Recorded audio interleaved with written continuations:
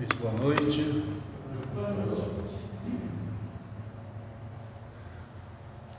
Mais uma terça-feira em que nós nos reunimos para falar um pouquinho sobre essa obra grandiosa de Emmanuel, que é Caminho, Verdade e Vida. Ela traz de uma forma simplificada lições do Evangelho que são um verdadeiro tesouro para aqueles que realmente querem compreender e vivenciar o Evangelho. Então, que nós aproveitemos essa oportunidade grandiosa de reunir e falar sobre esse tema comentado esplendidamente por Emmanuel. E para tanto, é necessário que nós estejamos todos sintonizados na mesma frequência,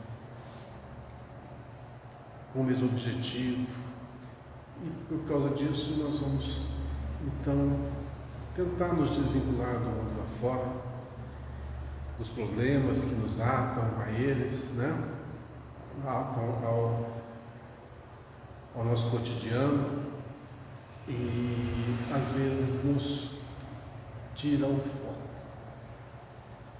Então não deixa de ser também um exercício de disciplina e de vontade, você querer fazer e realmente as coisas se modificarem.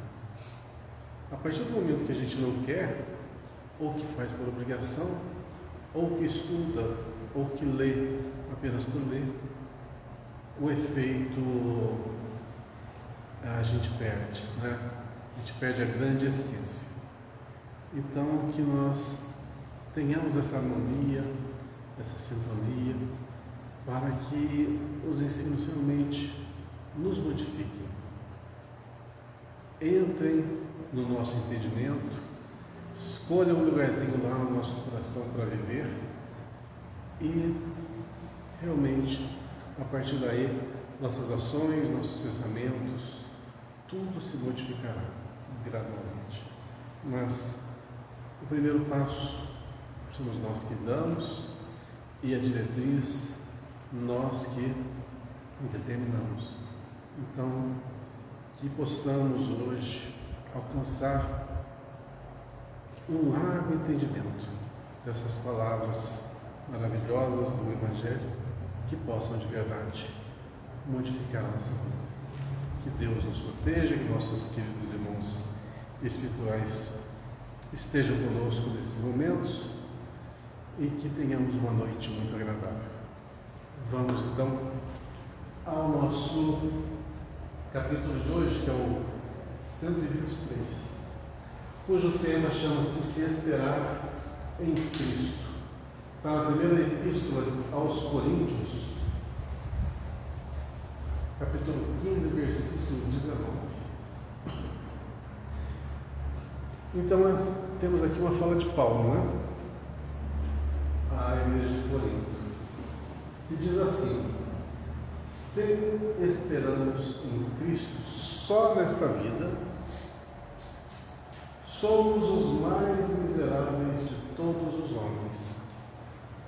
É uma fala forte, uma fala bem forte. Se esperamos em Cristo só nesta vida, somos os mais miseráveis de todos os homens.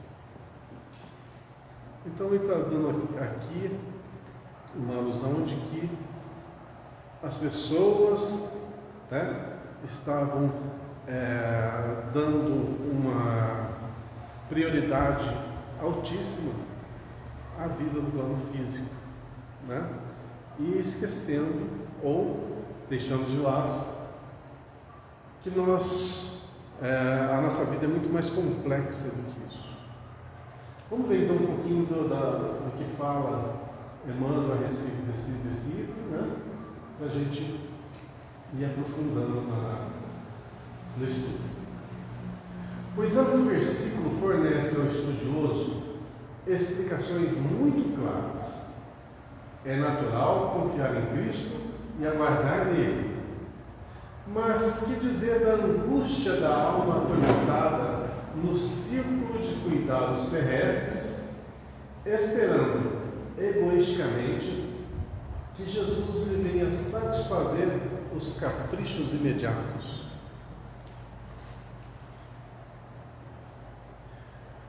Trazendo isso para os nossos dias atuais, a gente pode traçar um paralelo no imediatismo que a gente às vezes determina para a nossa vida, né?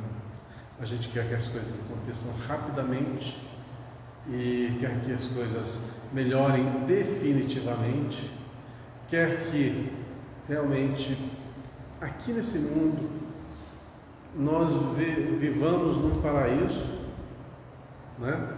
Cheio de facilidades, de benesses, de esforços mínimos e recompensas máximas. Ou seja, joga todas as fichas nesta vida. E a gente já viu que as coisas não são bem assim. Que a vida é feita de momentos. Ela oscila muito. Momentos bons, momentos ruins. Para alguns, os momentos ruins são mais intensos. Para outros, os momentos ruins são mais amenos. Isso varia de indivíduo para indivíduo. Porém, a grande maioria quer o quê? Que a vida aqui seja aquela maravilha. Quem que não quer? Quem que não quer ter uma estabilidade econômica, uma estabilidade profissional, quer uma saúde física perfeita, que seus entes queridos também estejam no mesmo patamar? E a gente sabe que não é assim que acontece. Pois é. E uma das coisas mais comuns de acontecer é o seguinte: enquanto jovens, as pessoas não têm a visão mais ampliada da vida.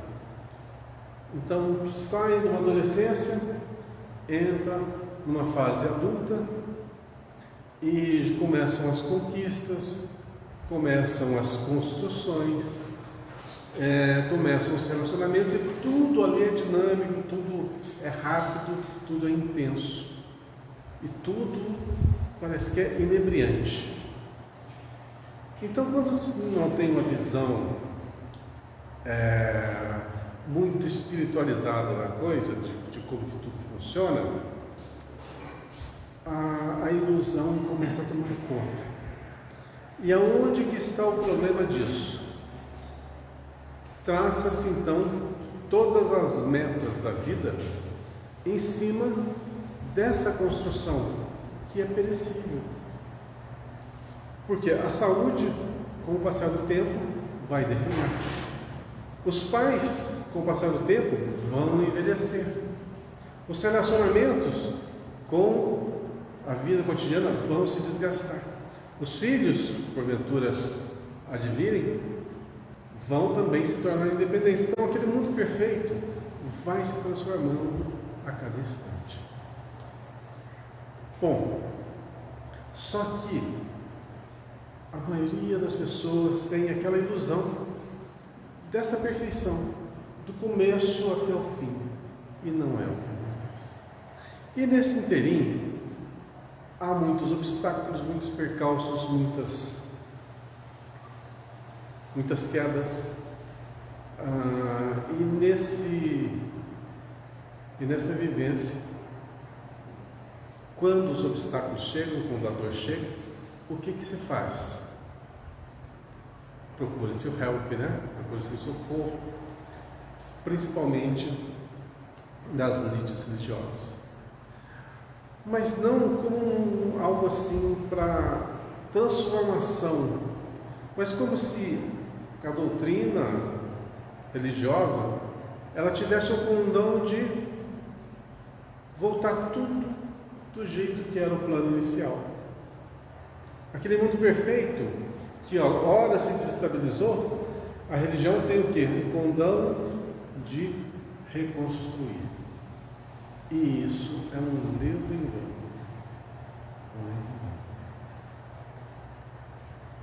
Muitas vezes, quando as coisas não voltam ao jeito que eram, as pessoas se decepcionam com as religiões e ficam pulando de uma para outra, em busca do quê? Não da religiosidade, não da modificação interior, mas sim da reconstrução do seu sonho.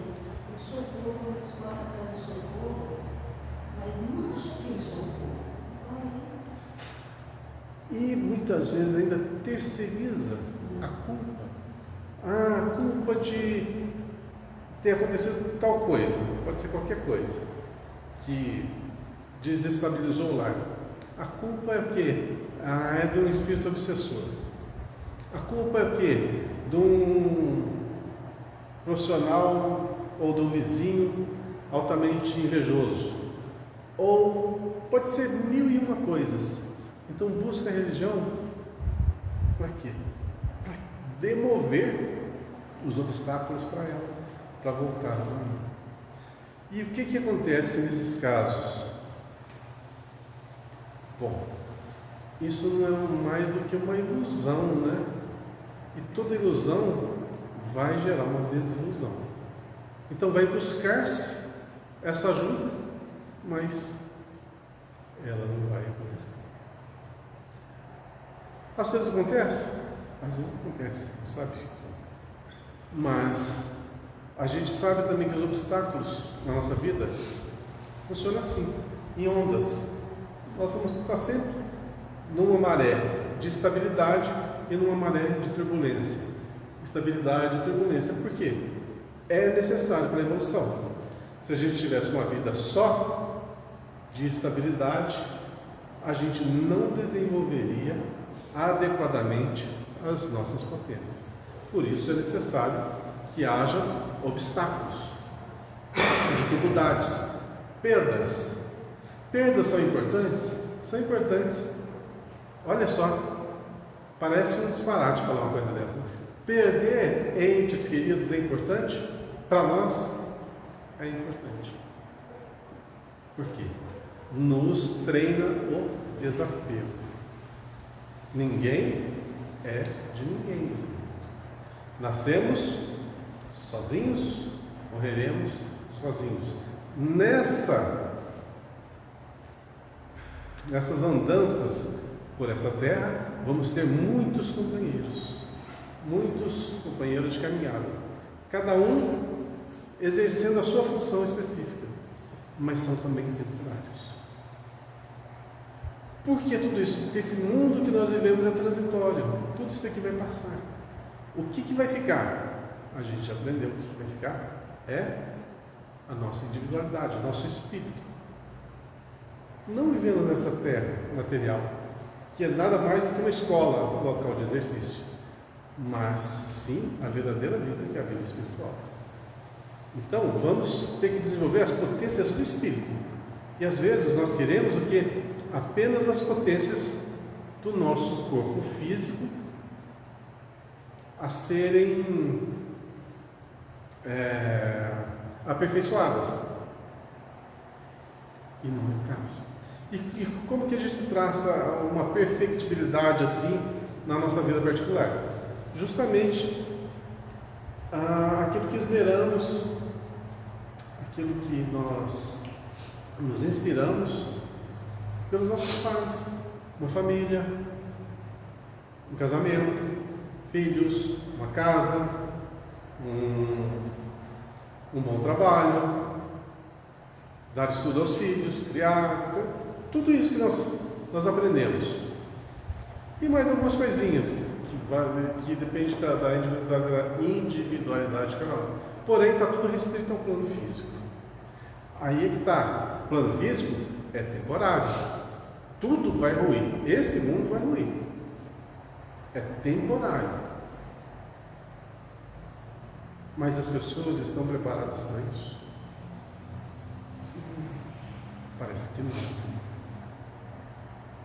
Quando eu falei que a nossa vida é feita de altos e baixos, tem um problema muito comum no nosso cotidiano, que é fornecer aos filhos uma vida estável. Não lhe dá preocupação, não lhe dá nenhum trabalho, deixa-o solto para fazer o que bem quiser. Só que a vida não é assim, a vida real não é assim, é feita de obstáculos. E quando vêm os obstáculos para essas crianças que estão acostumadas a uma vida retilínea, na hora que vem o obstáculo, a dor e a perda, eles não estão preparados. E o que vai acontecer? Sem ter uma retaguarda, essas pessoas, na solidão, vão cometer desatinos.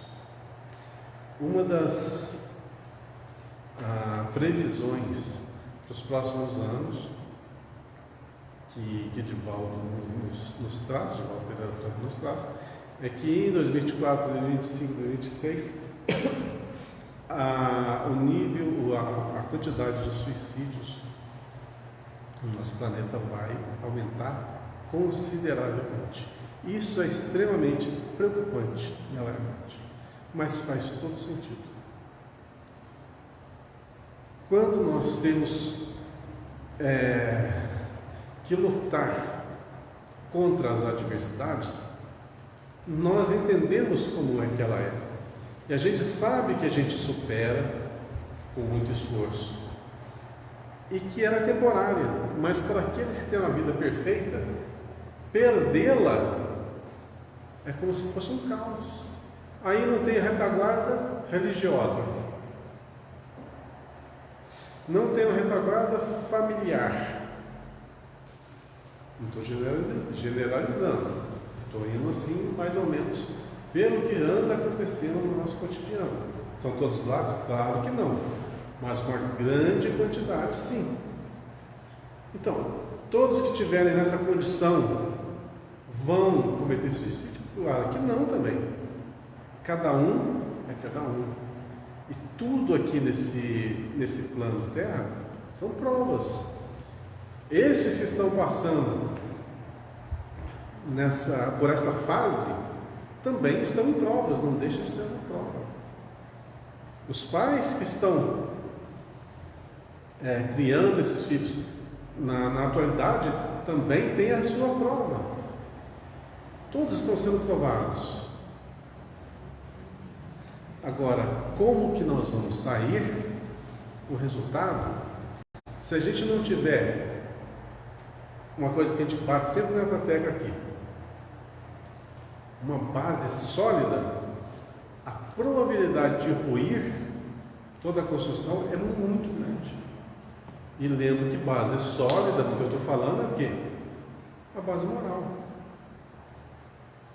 Essa tem que ser uma rocha, uma fé irremovível, estruturada, pensada, com toda a lógica e coerência. Aí sim estamos bem alicerçados. Para qualquer atitude, para qualquer contratempo, para qualquer situação. Mas quando você não tem nada disso, não tem uma retaguarda inteligente, forte, com uma fé robusta, que possa sustentar, aonde que vão procurar o auxílio? Se desconhecem. Então é algo preocupante. Por isso, uma das tarefas mais notáveis da doutrina espírita é justamente divulgar essas informações, para que ela chegue a todo mundo, para que todo mundo saiba as consequências da vida, as consequências do pensar, as consequências do agir. E olha, vamos ser bem realistas. A gente liga uma TV hoje em dia, assiste uns programinhas aí, ouve umas musiquinhas aí, né? E assiste alguns programas de entretenimento que são uma verdadeira bomba relógio. É uma verdadeira bomba relógio. Fala-se em liberdade de expressão, liberdade disso, liberdade daquilo, mas confundem totalmente liberdade com promiscuidade. Falam em direito, mas agem imoralmente, como se moral fosse uma palavra já alijada do dicionário. Então pode ser tudo. Realmente, pode ser tudo. Mas tudo tem consequência. Tudo que você fizer vai ter consequências. Grandes, muito grandes. Muito grandes. Por isso, divulgar a doutrina, fazer com que as pessoas entendam os porquês da vida, quem nós somos, o que nós somos, de onde viemos, para onde iremos, tudo isso tem respostas claras, nítidas, objetivas. É primordial. Deveria ser uma coisa básica. Lá no jardim de infância, as crianças só teriam que aprender. Mas não. Hoje, ainda questiona-se: esse negócio de Deus não existe. Ou fala-se em Deus em momentos de extrema dificuldade, quando já está na última, aí lembra-se de apelar para alguma coisa. Mas no normal, no natural, ignora totalmente. Tudo tem consequência. Tudo tem consequência. E por causa disso, as pessoas aprendem, graças a Deus. Mas com dor, com muita dor. E isso já não está mais na época de nós vivermos tantas dores. Já está na hora da nossa razão, o nosso coração está um pouquinho mais dilatado para entender que tudo que o corpo pede não é um imperativo para você levar a risco. Você tem que saber se controlar também. Na sua vaidade, no seu orgulho, dos seus prazeres, dos seus deleites, nos seus momentos de folga, não fazer da vida uma verdadeira férias, saber a hora de trabalhar, saber a hora de estudar, saber a hora de conviver em família. Mas tem pessoas que só querem o quê? Prazer, prazer, prazer, prazer, prazer e prazer. E nos momentos de folga, mais prazer. O que vai acontecer? Insatisfação. Por quê? Tudo que o mundo te oferecer, tudo que teu corpo te proporcionar de prazer, nunca vai conseguir trazer o prazer que nós buscamos. É tudo fugaz, tudo passageiro. Até aquele amor que a gente julga ser perfeito. Mirar em uma pessoa da família, aquele amor perfeitinho, aquela família, e acrisolar-se nisso também é uma coisa. Nós somos criados para amar incondicionalmente a todos. Isso não é amor físico, é muito mais do que isso. Aliás, amor físico é uma coisa, é uma propriedade orgânica, biológica. Se você cortar ali aonde umas glândulazinhas que fabricam determinados hormônios, acabou. Então nós não somos isso. Nós convivemos com isso para desenvolver as nossas potências do espírito. Faz parte. Não sei porque eu estou falando isso, eu fugi totalmente do assunto, né? Mas é um preâmbulo do que nós começamos aqui. É natural confiar em Cristo e aguardar nele, mas que dizer da angústia da alma atormentada no círculo de cuidados terrestres, esperando egoisticamente que Jesus devia satisfazer os caprichos imediatos? Tem tudo a ver com o que eu falei, embora eu não tenha pensado nisso. Mas a gente quer as coisas dessa vida aqui e imediatos, né? Imediatamente. E quando nós não conseguimos, fazemos birra. Seria razoável contar com o Senhor tão só nas expressões passageiras da vida fragmentária? É o que diz o texto lá em cima. Se esperamos em Cristo só nesta vida, somos os mais miseráveis de todos os homens, porque tudo aqui vai perecer, inclusive o nosso corpo físico. Pensa bem, 200 anos atrás, uma capital capital perfeita, uma Paris, né? 200 anos atrás, o que tem daquela construção física, né? O que tem daquela construção dos dias de hoje? Uma coisinha, é o que hoje? Ele é são prédios tombados, né? Monumento histórico. Não, mais que isso. Volta lá atrás, 1000 anos atrás, ruínas. Tudo ruim. O que tem que ficar? Nossa, isso é isso. Então, esperar de Cristo, a gente faz uma linkagem assim errônea, né? Então, por isso que eu gosto de substituir com a palavra Cristo pela palavra Evangelho, né? Se esperamos a boa nova só nessa vida, tá? Tudo que nós esperamos da questão religiosa só nessa vida, só para o que nós vivemos hoje, estamos em medo de engano.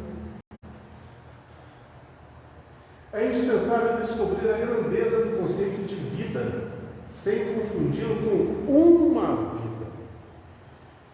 A vida, ela não para. Eu sempre costumo falar também, ó, o dia que vocês morrerem, eu não vou morrer tão cedo, né? O dia que vocês morrerem, vocês vão fechar o olho aqui e abrir o olho ali. A transição é rápida. E ninguém vai ter ali um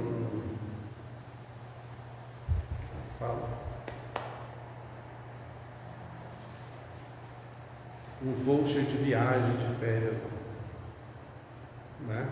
Agora vou para o plano espiritual, agora é praia, uma rede, descansar, etc. Se vocês leram o livro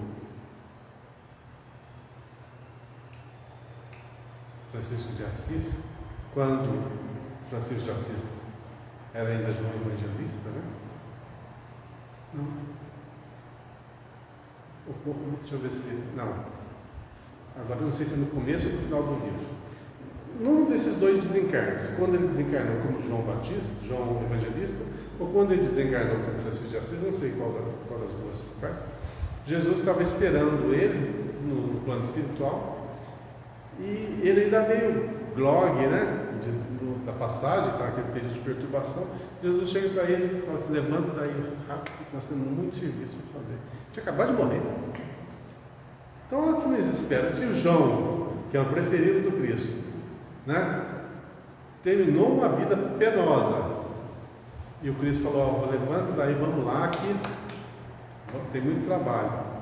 Imagina nós esperar uma redinha, uma praia, areia, sol, mar, água de coco. É bem provável que seja menos cansativo lá por falta do corpo físico, né? Sim. Eu acho que um dos maiores problemas um dos maiores obstáculos, não sei se é obstáculo, dificuldade de adaptação dos espíritos que vêm para o plano físico é justamente esse corpo pesado, essa limitação, porque são muito dinâmicos. Quando no plano espiritual você ainda é uma entidade atrasada, seu corpo perispiritual é muito denso, você não tem essa mobilidade, né? Você não tem uma agilidade como um espírito de alto nível, que é muito dinâmico. E você ser restrito a tanta movimentação, tanta atitude, tanto trabalho, tanto desenvolvimento, e você ser acrisolado num corpo desse aqui, é a maior tortura. Então, quanto mais elevado o espírito que reencarna, maior a dor da reencarnação. E ao contrário, para aqueles que são mais atrasados, reencarnar é uma bênção para eles. estou indo para o céu. O céu é aqui. Vejam como que modifica-se. Tem uma cena que eu assisti, eu era criança, assistindo a novela A Viagem, que passou lá na TV Tupi. Faz tempo. Não que eu seja velho desse jeito, mas faz tempo. Mas eu lembro da novela. Era a Eva Vilma, que era a protagonista, né? E lá no plano espiritual, ela já tinha desencarnado, já estava lá. Tinha um determinado indivíduo lá que ia reencarnar. E ele estava, tipo assim, triste pelo fato de ter que voltar para a Terra. Ele achava aquilo lá muito bonito, aquilo lá muito naquela poesia da novela, né? Poesia do que foi ali.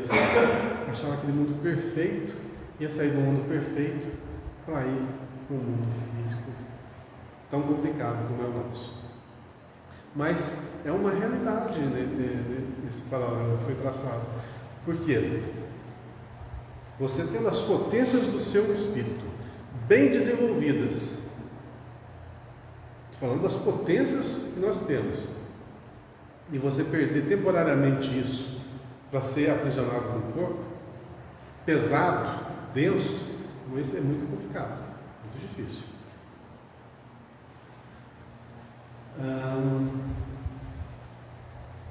Existir não é viajar. Existir não é viajar da zona de infância com escalas pela juventude, madureza e velhice até o ponto da morte. Não é, né, só um tour que nós fazendo por aqui. É participar da criação pelo sentimento e pelo raciocínio, né? Desenvolvendo sempre as duas colunas, as vigas mestras da nossa construção, que é o intelecto e a moral. É participar da criação pelo sentimento e pelo raciocínio, é ser alguém e alguma coisa no conceito do universo. Olha, é ser alguém e alguma coisa, fazer a diferença. A gente não tem que ser o estorvo, o problemático, o enfermo, aquele que vai dar trabalho. A gente tem que ser o quê? Aquele que vai pensar as feridas do outro, aquele que vai soerguer o próximo, aquele que vai educar o próximo, aquele que vai levar conhecimentos, aquele que vai levar os bons sentimentos de amizade, de fraternidade, de carinho, de companheirismo, etc. Essa é a construção, e isso faz a nossa diferença. Na condição de encarnados, raros assuntos confundem tanto como os da morte, interpretado erroneamente como sendo o fim daquilo que não pode desaparecer.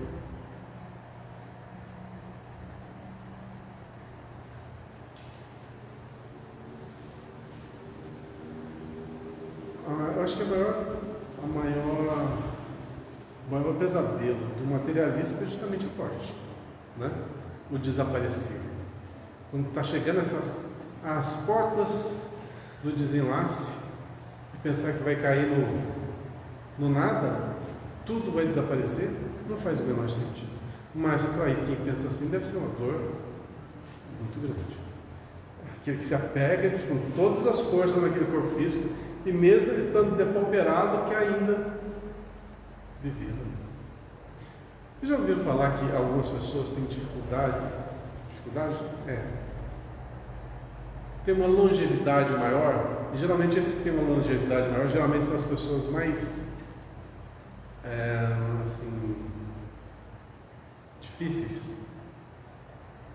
Não são todos, lógico, cada caso é um caso, mas existem pessoas que são muito, muito ruins, né? Vamos falar entre aspas as ruins, e por consequente eles têm uma vida muito mais longa, às vezes que pessoas que são boníssimas e que têm ali o seu desencarne por volta de 60, 70, 80 anos. Por que disso? Em alguns casos é porque justamente esse extremo apego ao corpo físico, estreita tanto esses laços que a dificuldade de desencarnar é muito grande. E o pior, quando desencarna, ainda fica preso no corpo físico. Mente é tudo. Ah, mas isso não vai ser eterno. Lógico que não. Mesmo esses fluidos que prendem o corpo espiritual ao corpo físico vão desaparecer, porque eles são físicos também. Tá? Então, a tendência é que eles vão se esgotar. E quando se esgota, aí já era. Não tem como. Mas você pode, como no universo tudo é manuseado através do pensamento, se você quiser muito, viver muito, você vai conseguir fazer isso. Você vai ser prolongar a tua existência. Uma dúvida nisso que você colocou nesse caso, vamos dizer, a espiritualidade, vamos dizer, é o livre-arbítrio sendo conduzido, vamos dizer, uma pessoa está muito apegada à matéria, vai ter uma vida longínqua, assim, né, até seus 100 anos, e é extremamente materialista, vamos dizer, a espiritualidade respeitando o livre-arbítrio dela, vamos dizer, ela extingue a energia vital dela até o último. A gente não pode generalizar, né? Mas vamos dizer assim, que em grande quantidade de casos é isso que acontece. Todos os casos? Não. Todos não. Cada caso tem sua particularidade. Mas isso que eu aventei acontece em muitos casos, né? É ocasionado justamente por um pensamento materialista e excessivo apego ao corpo físico. Pode prolongar? Pode. Assim como pode abreviar. O contrário. Se você tiver uma vida, tô nem aí para nada, e gasta suas energias ao bel prazer com qualquer coisa, vai extingui-las mais rápido. Então, a probabilidade de você ter ali uma programação de 80 a 90 anos, você pode, aos 60 anos, já está com a tua cota de energia vital esgotada. Ainda tem que fazer. Mas isso não é castigo, é aprendizado, é consequência natural, né? Consequência natural, mas não deixa de ser um aprendizado também. Tudo é aprendizado. Tudo. E para terminar, continuou? Não vos predais. É imprescindível, portanto, esperar em Cristo com a noção real da eternidade. Saber que a nossa vida continua. Né? Saber que a nossa vida continua no plano espiritual. Tem uma diferença nisso que eu estou falando, de saber, quando eu morrer eu vou para o plano espiritual. Vou viver lá. Tem uma diferencinha aí. É imprescindível, portanto, esperar em Cristo com a noção real da eternidade, ou seja, noção real do que nos aguarda do lado de lá. A gente tem o costume de pensar assim, que a vida nossa do lado de lá vai ser a continuação da vida que temos aqui. Então, tipo assim, eu tenho minha família bem estabilizada, meu pai, minha mãe, meus avós, meus filhos. E quando a gente desencarnar, lá no plano espiritual, essa família vai se constituir, reintegrar novamente. A gente tem essa forma de pensar. A gente tem. Então, repensemos. O que realmente une as pessoas são afinidades. Né? É o verdadeiro amor. Não são os laços do sangue. Então, pode ser que a nossa família espiritual seja bem outra, diferente da que a gente tem aqui no plano físico. Isso é ruim? Lógico que não. Mas vai ser uma desilusão para aqueles que jogam todas as suas fichas num agrupamento pequeno de pessoas, pensando que Do lado de lá, as coisas vão continuar do jeito que são. Tá? Não será. Não será mesmo. Tem até eu acho que eu já falei isso aqui, eu sou meio repetitivo, mas vou falar de novo. Sou bem pago para falar, né? Então, vou falar de novo.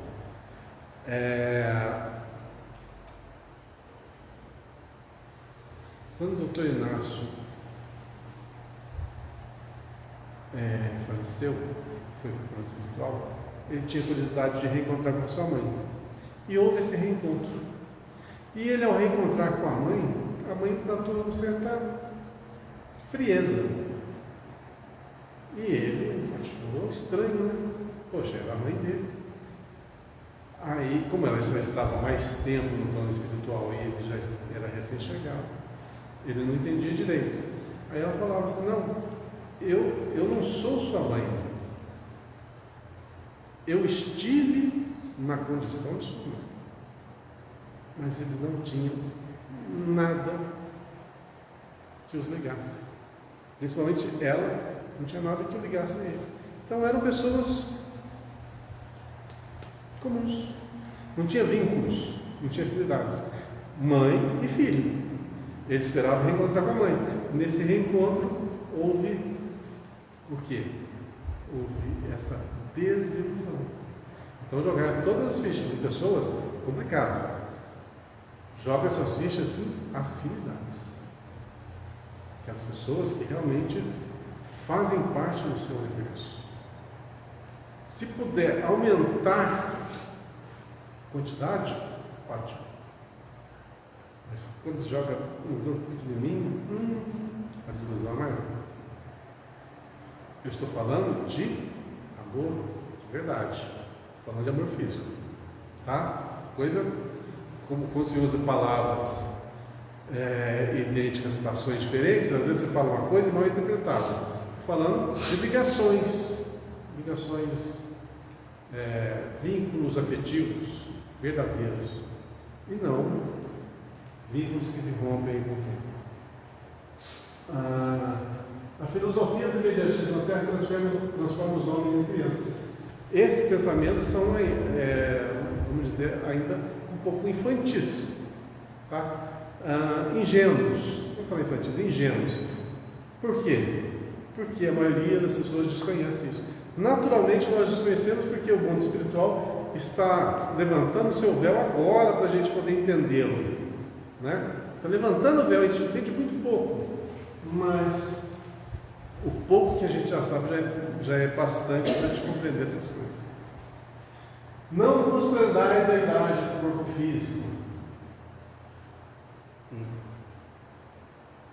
As circunstâncias e condições transitórias.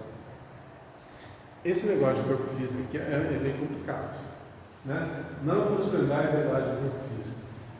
Olha só, nós somos viajores que passamos aqui por esse planeta habitando um corpo que ele vai do mais simples até o mais desgastado. Olha quantas condições que nós passamos, quantas situações diferentes que esse corpo nos proporciona. Só que quando chega na idade mais avançada, o corpo já está desgastado, a beleza física já foi para o saco, né? Já foi para o brejo, a vitalidade já foi esgotada. Então, o que sobra? O que sobra nesse interim? Sobra a essência.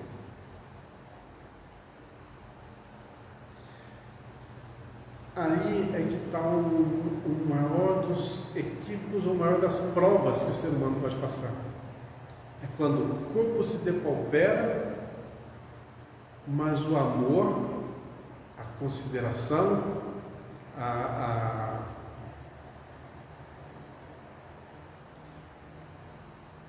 cumplicidade, ela não modifica. É uma grande prova.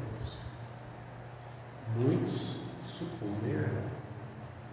Mas essa prova nos mostra que se nós realmente sabemos amar a essência ou se amamos a capa. Se nós amamos o conteúdo do livro ou somente a a ilustração.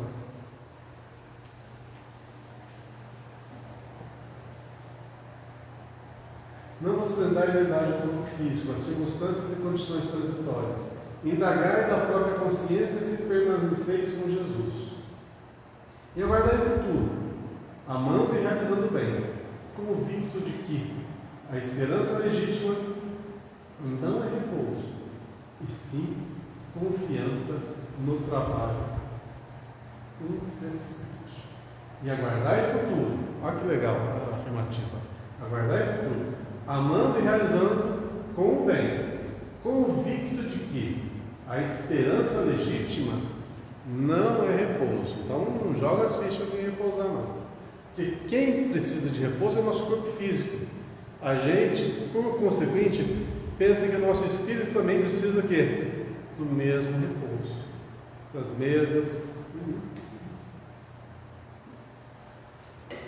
condições. Não, acho que a esperança legítima não é repouso, sim confiança no trabalho incessante. Ou seja, fomos criados para trabalhar. Trabalhar é uma palavra que às vezes nós associamos a uma coisa ruim, né? Uma coisa desgastante, uma coisa às vezes forçada. Não é esse tipo de trabalho que está se referindo.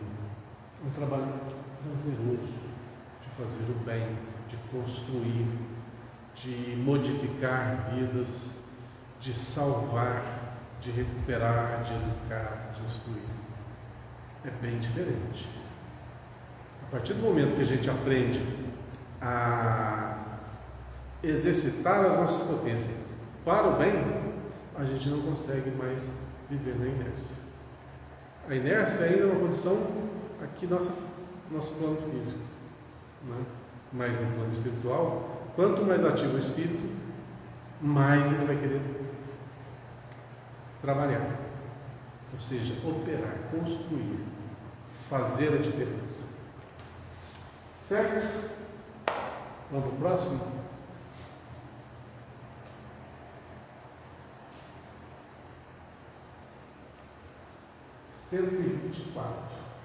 Capítulo 124.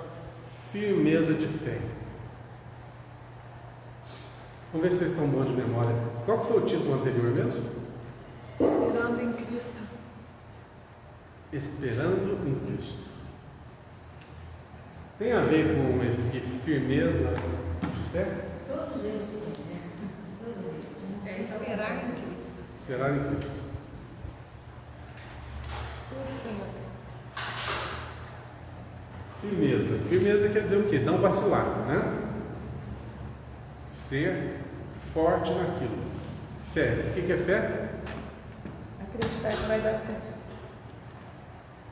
Acreditar, eu acho que é uma palavra mais adequada. Eu acho que tem muita gente que acredita hoje e desacredita amanhã. Eu entendi o que você quer falar, tá certo, mas eu tenho uma palavra mais adequada do que essa. Seria a certeza. A certeza, Certeza. Isso mesmo. Acreditar, saber. Que vai Uhum. dar certo. Você saber. E para você saber, você tem que chegar a essa conclusão, né? Não é uma coisa assim de querer, não é só querer. Eu creio em Deus porque Ele é bom, em Jesus porque Ele é magnânimo e tudo vai dar certo na minha vida por causa disso. Que é o que todo mundo pensa de fé, né? Fé é isso aí. Não, eu acredito em Deus, eu acredito em Jesus que vai dar tudo certo. Tá, ficou meio vago, não está errado, mas ficou vago. A questão da firmeza de fé é você saber como é que as coisas funcionam, as consequências de cada coisa, as consequências da ação, as consequências da palavra, as consequências da interação, da construção, dos erros, dos acertos, as consequências de tudo. Você tem que saber. Para isso, só experienciando. Então vamos ver o que Jesus fala. Está em Lucas capítulo 8, versículo 13. Esse é textão, né? Texto grande. Muita coisa para ver, né? Então vamos lá. E que estão sobre a pedra, já começou com figura de linguagem, né? Esses são os mais difíceis. E os que estão sobre a pedra, estes são os que, ouvindo a palavra, a recebem com alegria. Mas, como não tem raiz, apenas creem por algum tempo e, na época da tentação, se desviam. Eu acho que foi bem claro, né? Uma figura, usou umas figuras de linguagem ali, mas ficou bem claro. Então vamos tentar traduzir um pouquinho mais, de novo. E os que estão sobre a pedra? O que quer dizer a pedra? Que as raízes não vão se aprofundar, né? Se a raiz não vai se aprofundar, qualquer coisa vai fazê-la deslocar, né? Porque não tem raiz profunda, então você deslocar fica muito mais fácil. Estes são os que, ouvindo a palavra, a recebem com alegria. Ou seja, acham maravilhoso os ensinamentos cristãos, o que está escrito no Evangelho, as pregações dos padres, dos pastores, dos palestrantes, né?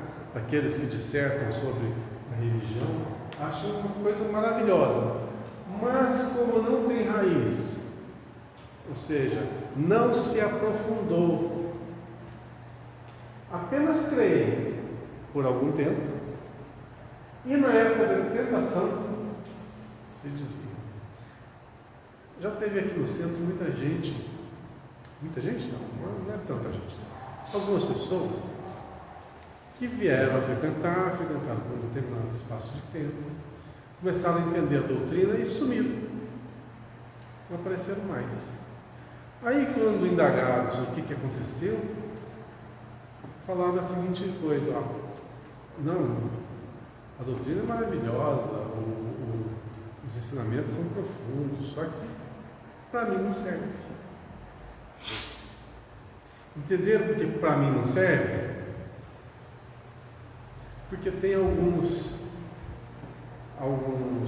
viciozinhos que as pessoas não querem abandonar e entra em confronto direto com a doutrina. Então, qual que é mais forte? O vício, né? As atitudes, as atividades, né? Não muito aconselhadas, né? Por isso que Raul Teixeira fala, né? Você explica, não é para quem quer, é para quem aguenta. É verdade. E aí chega nesse ponto aqui, na era da tentação, se desvia porque a coisa é muito pesada, muito forte, uma coisa muito. Né? Pois é, né? Qual que será que é o limite da gente? A gente não é muito testado, né? Não é muito testado, não. Um dia seremos. Eu acho que a nossa maior tentação, entre aspas, essa tentação, deve acontecer assim, ó. Acho. Né? Cada caso é um caso, então não tem como generalizar. Mas, mais ou menos assim, você tem uma vida em que te dá condições de você se preparar. Então te dá, você pode estudar, você pode ter tudo para engrandecer-se. Depois, uma outra oportunidade vai te dar uma vida que você não vai ter nenhuma facilidade e você vai ter que pôr em prática tudo que aprendeu. Agora é a hora da prática. Então te tira todo aquele universo perfeito e te dá um universo para você construir. Para ver como é que você se sabe. E geralmente em posição que vai testar o quê? A sua fidelidade, a sua honestidade, a sua fé, a sua resiliência, a sua indulgência, a sua paciência. Tudo aquilo que nós falamos aqui, nós pregamos, ouvimos exaustivamente, vai chegar um ponto que, tá, agora é a hora da prova. vai para o cenário tal. E nesse cenário você tem que desenvolver o trabalho. Aí a gente vê se realmente aprendeu ou não. Rodrigo, às vezes você falou isso das pessoas que passam, eu fico pensando que às vezes, muitas vezes, né, sem julgar, assim, elas estão experienciando, estão ainda se preparando, né, para abrir, entender, compreender. Então acho que às vezes é como eles dizendo, vou fazer um paralelo, entrando num cursinho, sei lá, eu quero fazer um curso tal, mas eu começo a aula lá, não gostei, é muito difícil, né? E a pessoa recua e sai. Né? Acho que aquilo ainda não está, né? Ainda preparado o suficiente. Né? Ninguém é melhor que ninguém, né? Complementando o raciocínio que eu estava tecendo, tem um livro que eu li recentemente, chama Lavoura Agreste. É um livrinho pequenininho que fala lá no interior, lá do Nordeste, um indivíduo que teve uma vida muito difícil, muito sofrida com o povo nordestino, né? Mas ele era espírita, né? E ele teve uma vida assim, de pobreza. A vida no sertão nordestino era uma vida de pobreza. Naqueles vilarejos que não tinham quase nada, muita fome, muita dor, muita doença.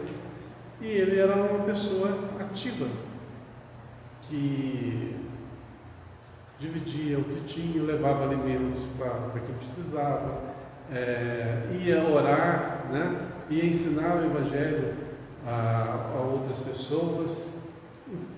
Uma pessoa que exercia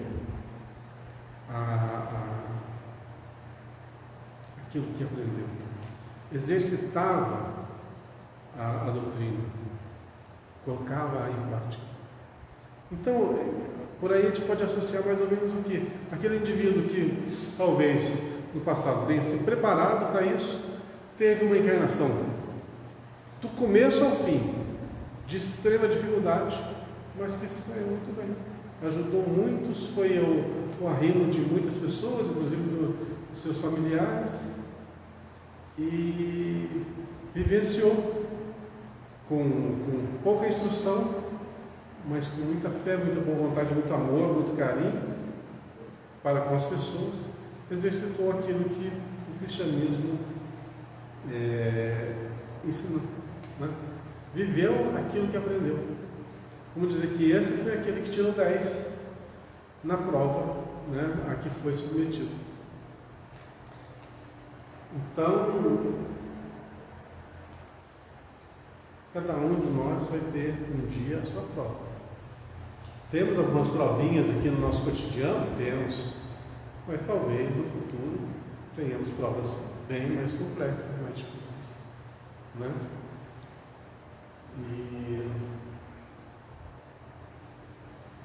E é lógico que isso vai acontecer. Por quê? Olha só, nós convivemos com pessoas, não estou falando de familiar não, estou falando da humanidade contemporânea, que está fazendo muita coisa errada, que vai ter repercussões assim, calamitosas, grandiosas. O que vai acontecer com essas pessoas, de acordo com suas ações? Como eu falei, que o índice de suicídio deve aumentar, já é assustador, deve aumentar mais ainda. Muito bem, a gente sabe o que acontece com o suicida.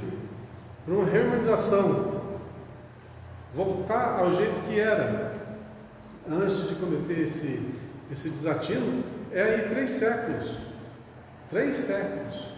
mais ou menos, podendo ser mais, podendo ser um pouquinho menos, né? De acordo com cada caso, atenuantes e agravantes, mas é um longo espaço de tempo. Quem que vai estar ali junto?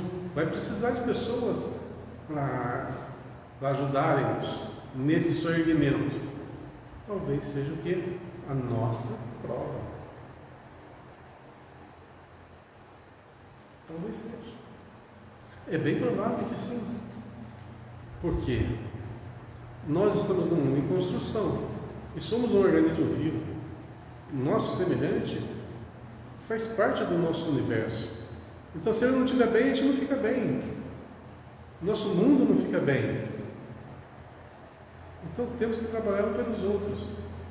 Consequentemente, temos que nos preparar para isso. É difícil? Algumas provas? É bem difícil. Mas todos sobrevivem, todos desenvolvem as suas potências nas dificuldades. Por exemplo, eu, hoje em dia, se falasse assim, ó, se baixasse uma lei, falasse assim, a partir de amanhã você está matriculado numa escola, numa faculdade de medicina, você vai aprender medicina durante 6 anos, depois mais 2 anos, não sei do que, de residência, e você vai trabalhar o restinho da sua vida como médico. Isso para mim vai ser uma tortura. Para mim é uma tortura. Eu não estou preparado para isso. E uma coisa que para outros aí seria o quê? Um sonho. Quer ver uma outra tortura para mim? Ver como é que eu não estou preparado? Tá, mesma coisa. Baixou-se um decreto hoje falando o seguinte: de hoje em dia você vai ser um piscicultor. Você vai trabalhar com peixes. Você vai pescar, matar, limpar, tirar as escamas para vender para a cidade. Aí eu prefiro a medicina.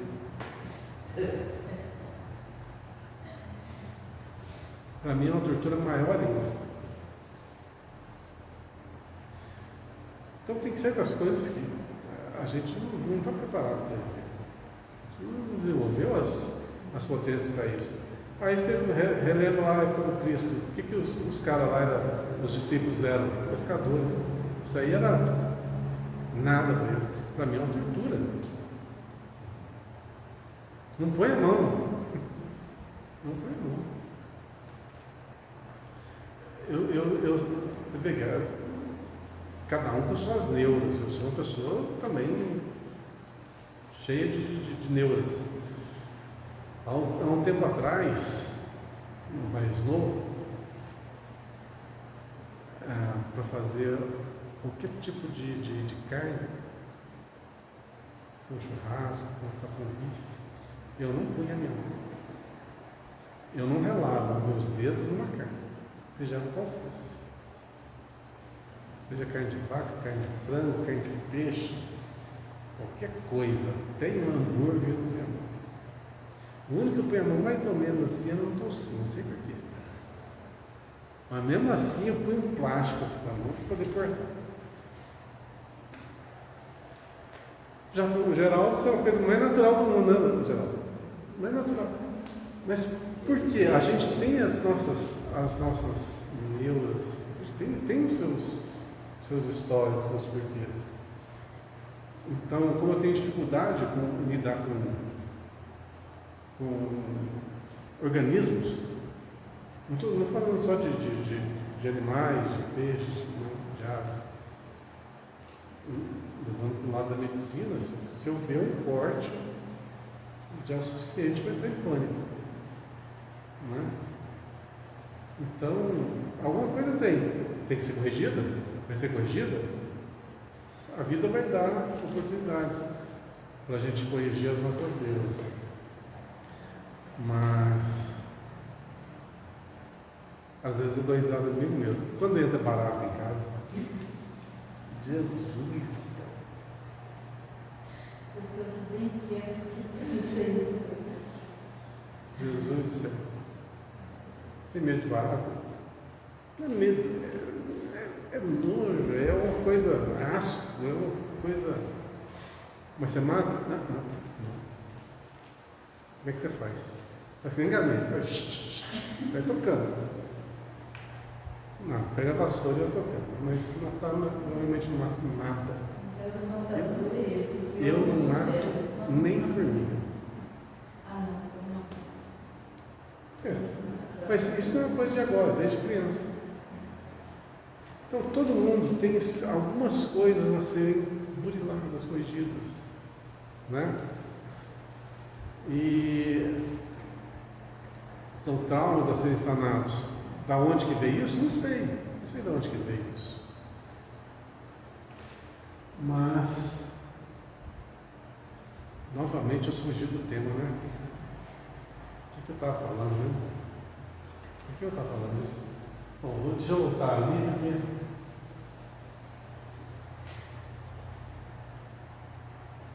Vamos voltar lá no começo. Pegar o fio da meada. E os que estão sobre a pedra, estes são os que, ouvindo a palavra, a recebem com alegria. Mas, como não tem raiz, apenas creem por algum tempo e na época da tentação se desviam. Tá, a gente, na época da tentação, né? Então, às vezes nós vamos ter momentos da vida que vamos nos deparar com as nossas fraquezas. E nesses momentos, como que nós vamos reagir? Se não tiver firmeza. Firmeza é saber, né? Saber. Tem consequência. Por exemplo, a minha fragilidade é, vou falar uma bem alto, bem normal, alto, bem simples.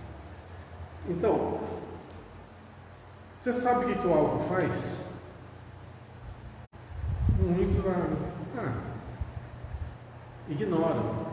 Não, o álcool pode matar seus neurônios, pode acabar com o seu fígado, pode dar cirrose, etc, etc, etc. Alguns organismos mais fortes, outros mais frágeis. Cigarro.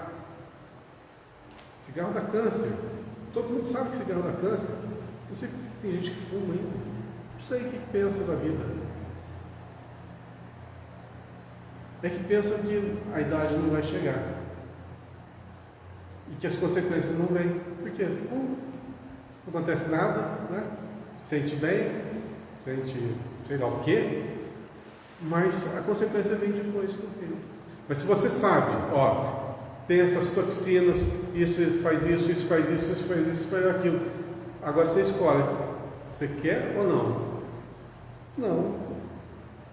Então, você realmente sabe e você está sendo testado. Muitos sabem e mesmo assim ignoram. Livre-arbítrio. Mas é a tal da firmeza. Tem que ter vontade. Não basta só saber. Tem que ter vontade. Muitos sabem que faz mal e continuam.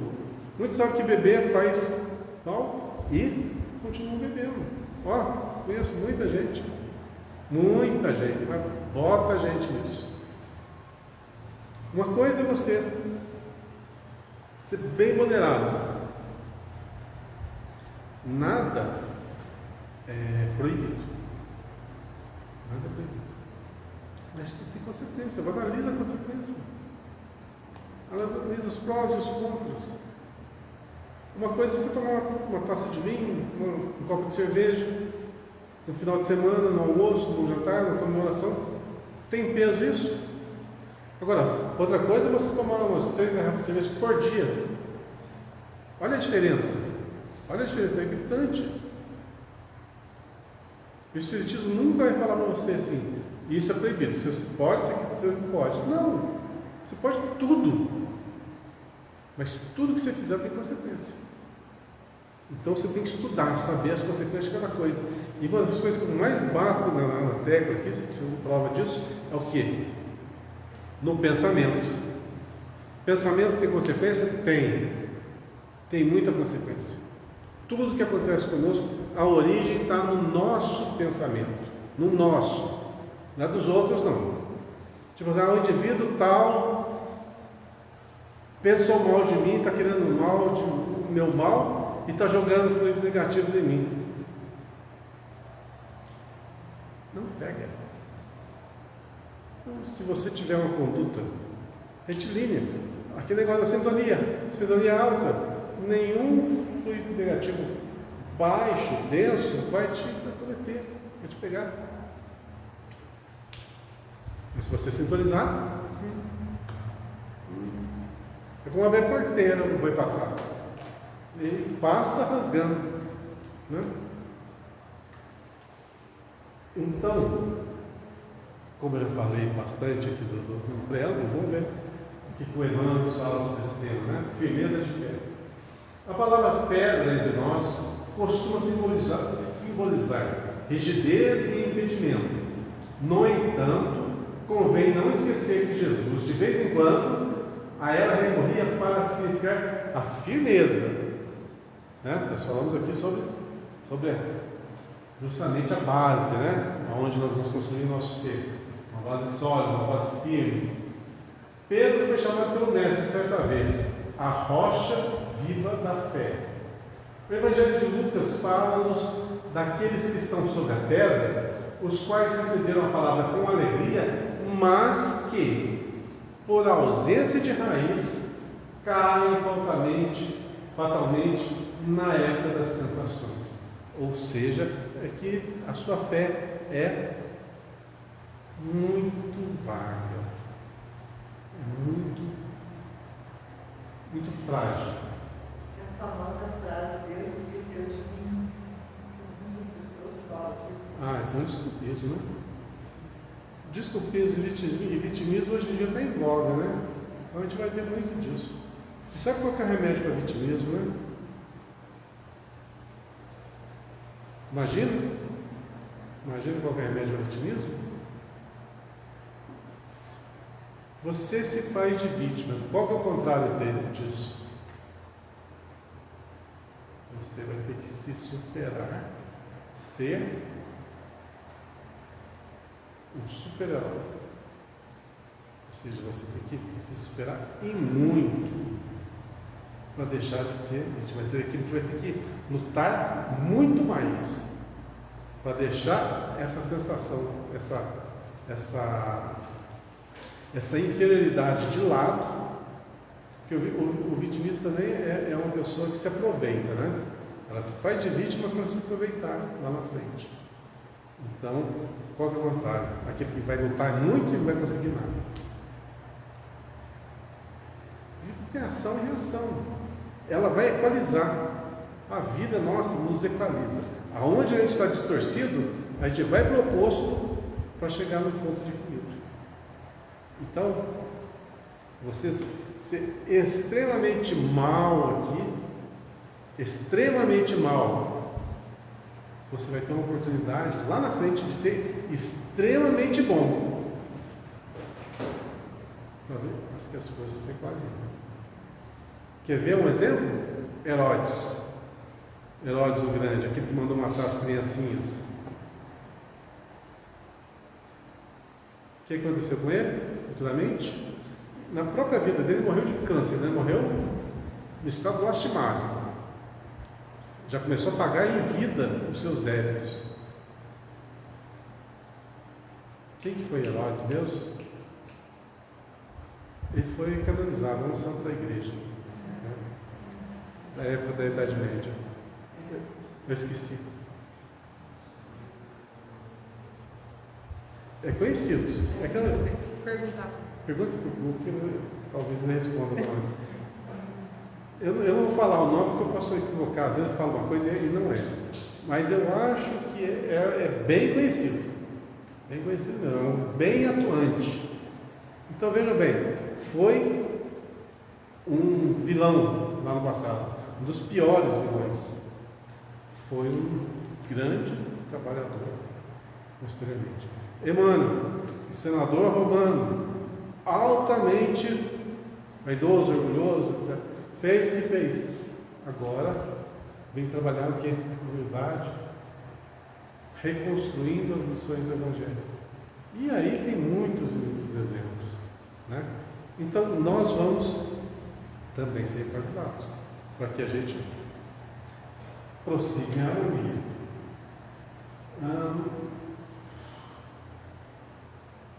Não são poucos os que estranham essa promessa de tentações, que aliás devem ser consideradas como experiências imprescindíveis. faz parte. Vamos estar sempre nos deparando com os nossos fantasmas.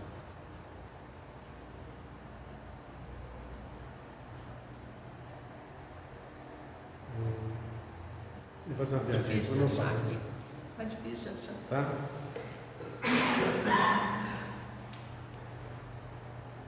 Na organização doméstica, os pais cuidarão excessivamente dos filhos em pequeninos, mas a demasia de ternura é imprópria no tempo em que necessitam demonstrar o esforço de si mesmos. É aquilo que nós falamos agora há pouco, né? Os pais dão uma condição muito estável para o filho, criam um mundo perfeito para eles viverem, onde não tem contato com as frustrações, e quando realmente estão no mundo e as frustrações vêm, não estão preparados para vivenciá-las. Antigamente, o que acontecia? A criança com 6 anos de idade já põe enxadinho nas costas e bora acompanhar o pai. 6 anos de idade. Onde que eu vi isso? Eu vi isso ontem. Não, foi na. Até mandar para vocês. Eu assisti uma entrevista, um programa de entrevista, tem mais ou menos uns 50 minutos. É do encontro que foi feito no Rio de Janeiro, se não me engano, com a Ana Guimarães. E ela narra uma história. O entrevistador pede para ela narrar uma história assim, tocante que ela vivenciou no Espiritismo. Né? E ela narra uma história muito bonita. Até ontem eu ia mandar para vocês e acabei esquecendo. Mas chegando em casa eu vou mandar. E nessa história ela fala justamente isso. Que essa criança, com 6 anos de idade, o pai já deu uma enxadinha pequena e todo dia ia acompanhar ele no trabalho. Matou o moleque? Não matou. É uma condição difícil? É, mas no interior, roça, longe de tudo, né? Era assim que as coisas funcionavam. Antigamente, no começo do século passado, era assim que as coisas funcionavam. Mas essa pessoa chegou numa certa altura da vida que ela tinha 3 fazendas. E era o quê? Morava numa casa de barro batido, como é que chama? Pique. Vivia numa casa dessa.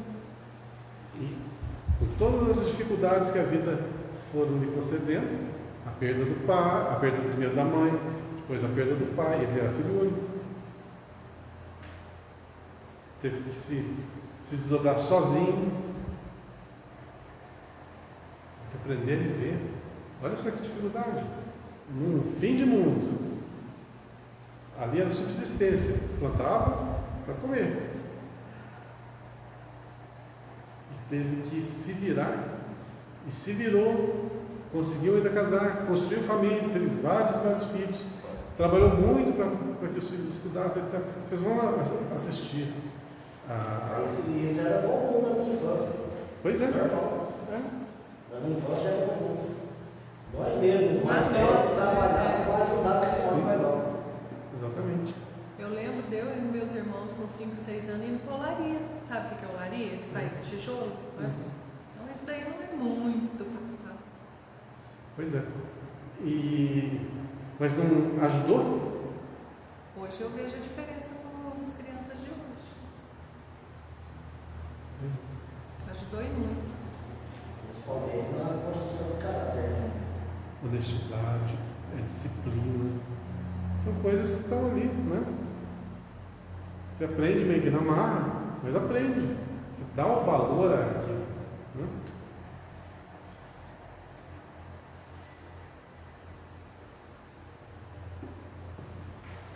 Na organização doméstica, os pais cuidarão excessivamente dos filhos em pequeninos, mas a demasia de ternura é imprópria no tempo em que necessitam demonstrar o esforço de si mesmos.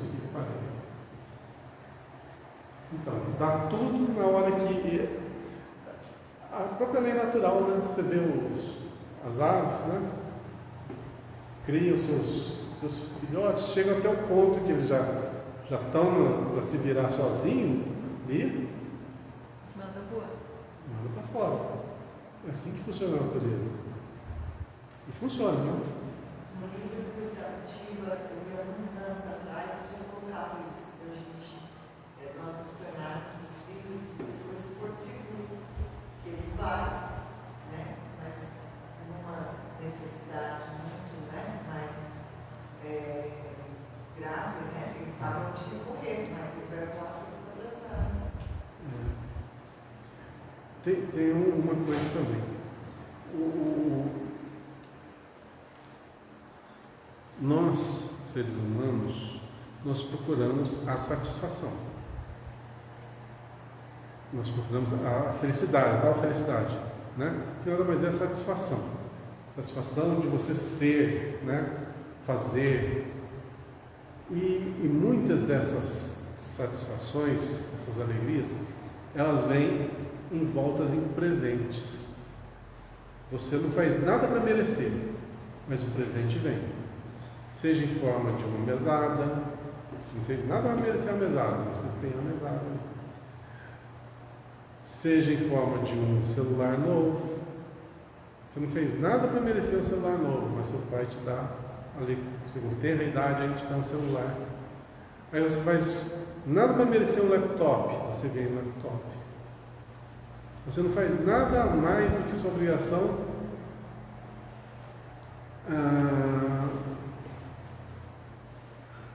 para levar seus estudos até o fim. Aí quando você atinge ali a maioridade, você nem sequer trabalhou 1 hora na sua vida, mas já é lhe dado um carro de presente. Então, todas essas coisas que foram presenteadas não tiveram o menor esforço para se obter.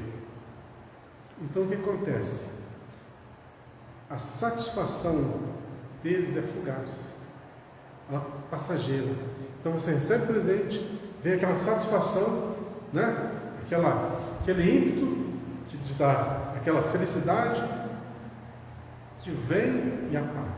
E você já precisa de uma nova dose de felicidade. Aí você vai querer o quê? Algo mais. E algo mais. E vai ganhando algo mais. Isso vai te viciando. Vai te viciando. Chega um ponto que aí os pais não têm condições de dar tal coisa, de fazer tal coisa. Aí o que o filho diz? Você não gosta mais de mim. Aí tudo que os pais fizeram não tem o menor valor, mas aquilo que o pai não fez tem um valor estrondoso. Aí começa a depreciar. Quer dizer, é tudo muito superficial. E é muito diferente com aquela criança que começa a trabalhar, junta as moedinhas, põe lá no cofrinho, né? Encheu o cofrinho, abre, tira, conta o dinheiro e vê o que vai fazer, vai lá e compra. A satisfação é imorredora. Então aquilo ali vai se tornando o quê? O seu jeito de ser. Ela sabe que se ela trabalhar, se ela construir, se ela poupar, ela vai obter o resultado com o seu próprio esforço, e isso vai moldando o seu caráter. Então, ganhar em excesso é um problemão. Então a vida de facilidade é problemão. Por isso que uma das maiores provações que existem é a fortuna. Você tem tudo em mão beijada desde o berço até o túmulo. Você tem do bom e do melhor. E você tem que saber fazer bom uso daquilo lá. Veja bem, quando se modifica os cenários, como que as pessoas saem?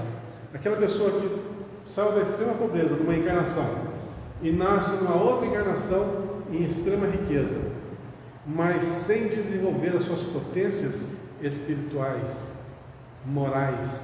Quando ela cai aqui, uma condição de fortuna, de posse, de poder, faz horrores. E os exemplos estão aí para a gente ver, só não vê quem não quer, gente. Vamos ver quem não quer ou quem compactua, né, com os ledos enganos. Está muito claro, está muito nítido. Para quem sabe o que é certo e o que é errado, você bate o olho, você sabe. Sabe. Numa palavra, num gesto, num olhar, numa atitude, você sabe o que é certo e o que é errado. Agora, quem compactua?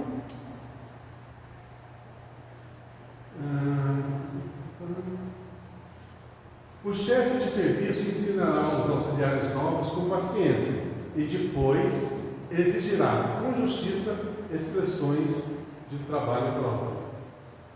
Reconhecemos assim, pelo apontamento de Lucas, que nas experiências religiosas não é aconselhável repousar alguém sobre a firmeza espiritual dos outros.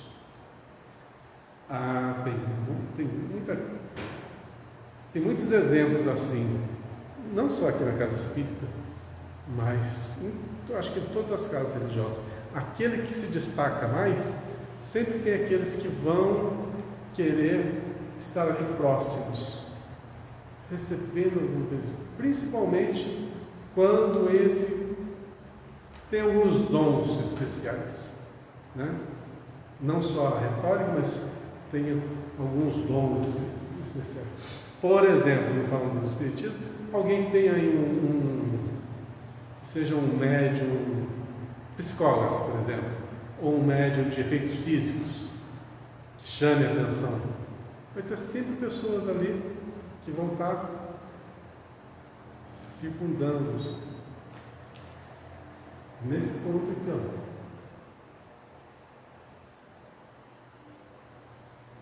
onde estou mesmo? Você parou na organização do mestre, você acabou de ler. Agora você vai para o chefe de serviço. Esse você leu, o chefe de serviço. Nas experiências religiosas, não é aconselhável repousar alguém sobre a firmeza espiritual dos outros. Aqui que eu parei, né? Ou seja, você tomar carona nisso. Cada um tem que se construir espiritualmente. Enquanto o imprevidente descansa em bases estranhas, provavelmente estará tranquilo. Mas, se não possui raízes de segurança em si mesmo, desviar-se-á nas épocas difíceis com a finalidade de procurar alicerces alheios. Quantos que pulam aí de religião em religião? Né? Quando procura uma religião e não oferece aquilo que ele quer, vai para outra. E depois vai para outra. O que busca? Apenas as satisfações momentâneas. Gente, nós temos que aprender a viver com frustrações, com perdas. Mire-se nos primeiros cristãos. Olha o que o povo sofreu. Olha o que eles perderam. Perderam tudo, menos a fé.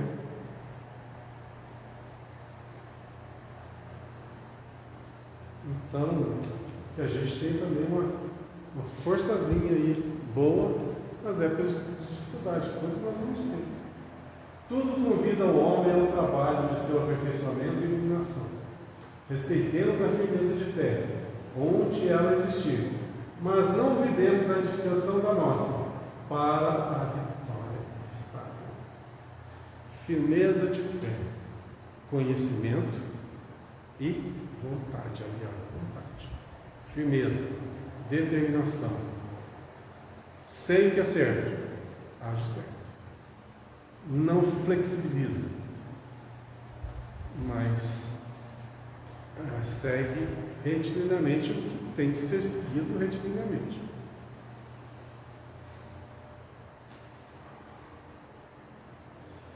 Tudo nessa vida tem consequência. E a gente pode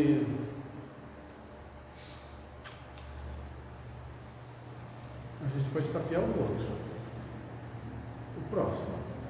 A gente pode fazer-se de uma figura respeitável e nobre para as outras pessoas, mas para a nossa consciência a gente não consegue modificar. E como tudo é registrado na nossa consciência e somos resultado do que nós colocamos ali nela, né? Nós somos ela, então que façamos o nosso melhor. já temos o norte, já temos um modelo. Agora basta que a gente mire nesse modelo e siga. E realmente siga os passos que nos foram orientados. Quem que é o nosso maior modelo de guia? Cristo. Ele deixou para nós o quê? O Evangelho, o manual, para que nós nos construamos. Então, o que nos cabe fazer? Aprender e colocar em prática. São duas coisas a fazer: aprender e praticar. Só aprender não é suficiente. A prática vem, às vezes, como provas. E o que são provas? É imposição. É imposição. Você é colocado numa situação, não tem como você fugir, você tem que vivenciar aquilo. Mas não seria muito mais fácil para a gente aprender, já pôr em prática pelas nossas próprias atitudes? Para que a vida não tenha que impor algo a nós? Então, pensemos, raciocinemos, compreendamos e transformemos isso em prática. Afinal, o mundo que a gente quer perfeito, belo, quem vai construir somos nós. Não vamos receber de mão beijada, não. Então, já nos deram um manual de construção desse mundo, mas quem monta ele somos nós. Então, firmeza na fé, a gente já sabe o que é certo e o que é errado, mantém-se ali sólido no que é certo. Nas tentações, tenha firmeza, persevera, luta e saia vitorioso. E além de tudo isso, ainda faça o bem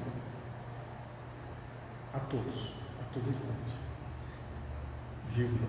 E além disso, pense bem, sempre, porque no pensar nós estamos construindo o nosso mundo interior. 9h30 já, vocês já viram? Como é que passou depressa?